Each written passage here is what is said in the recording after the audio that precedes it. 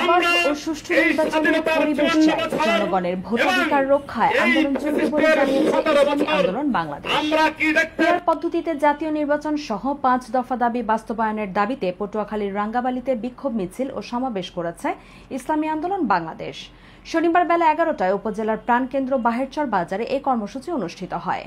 সমাবেশের আগে এক বিশাল বিক্ষোভ মিছিল উপজেলার সদরের প্রধান সড়ক প্রদক্ষিণ করে। কেন্দ্রীয় কর্মসূচির অংশ হিসেবে আয়োজিত এই বিক্ষোভ শেষে আয়োজিত সমাবেশে প্রধান অতিথি ছিলেন ইসলামী আন্দোলন বাংলাদেশ পটুয়াখালী জেলা শাখার সেক্রেটারি এইচ.এম. আব্দুল হাকিম। সমাবেশে সভাপতিত্ব করেন উপজেলার সভাপতি মাওলানা আনিসুর রহমান এবং সঞ্চালনা করেন উপজেলা সেক্রেটারি মুফতি মাহবুবুর রহমান। সমাবেশে প্রধান অতিথি এইচ.এম. আব্দুল হাকিম বলেন, দেশে একটি অবাধ, সুষ্ঠু ও নিরপেক্ষ নির্বাচনের পরিবেশ তৈরির জন্য জুলাই সনদের ভিত্তিতে নির্বাচন এবং পিআর পদ্ধতি অপরিহার্য। জনগণের ভোটাধিকার রক্ষায় ইসলামী আন্দোলন বাংলাদেশ ধারাবাহিক আন্দোলন চালিয়ে যাবে। এই 5 দফার দাবিগুলো হল: জুলাই সনদের ভিত্তিতে আগামী জাতীয় সংসদ নির্বাচন পিআর পদ্ধতিতে অনুষ্ঠিত করতে হবে, সুষ্ঠু নির্বাচনের জন্য লেভেল প্লেইং ফিল্ড নিশ্চিত করতে হবে, গণহত্যার বিচার দৃশ্যমান করতে হবে এবং বিশেষ ট্রাইব্যুনালের মাধ্যমে ভারতীয় তাবেদার ও ফ্যাসিবাদের দোসর জাতীয় পার্টি ও 14 দলের বিচার এবং বিচার চলাকালীন তাদের কার্যক্রম নিষিদ্ধ করতে হবে।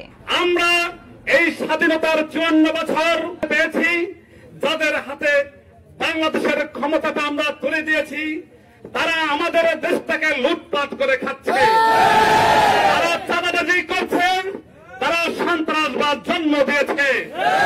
এরপরে তারা সন্ত্রাস, দুর্নীতি, ধর্ষণ সহ পাথর দিয়ে মানুষ হত্যা করেছে।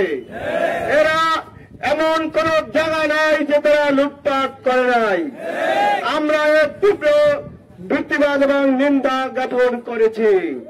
আমরা দেখেছি পিআর পদ্ধতির জন্য দেশের 71% মানুষ পিআরের পক্ষে রায় দিয়েছে, কিন্তু একটি মহলের ভিক্ষুকতার কারণে, বিধির কারণে বর্তমান এই প্রতিবাদ এবং আন্দোলন চালিয়ে যাব যতক্ষণ না পর্যন্ত পিআর পদ্ধতির ঘোষণা না আসে।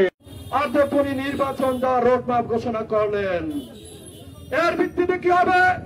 অন্তর্বর্তী সরকারের মাধ্যমে নির্বাচন হওয়ার পরে যদি ফাঁসির মঞ্চে ঝুলাবেন, আমরা সেইটা চাই না। অচিরেই জুলাই বিপ্লবের যেই সনদ রয়েছে সেই সনদকে আইনি ভিত্তি দিতে হবে। আইনি ভিত্তি দেওয়ার মাধ্যমে পিআর পদ্ধতির মাধ্যমে নির্বাচন দিতে হবে। অন্যথায় বাংলার জমিনে কোন নির্বাচন আসা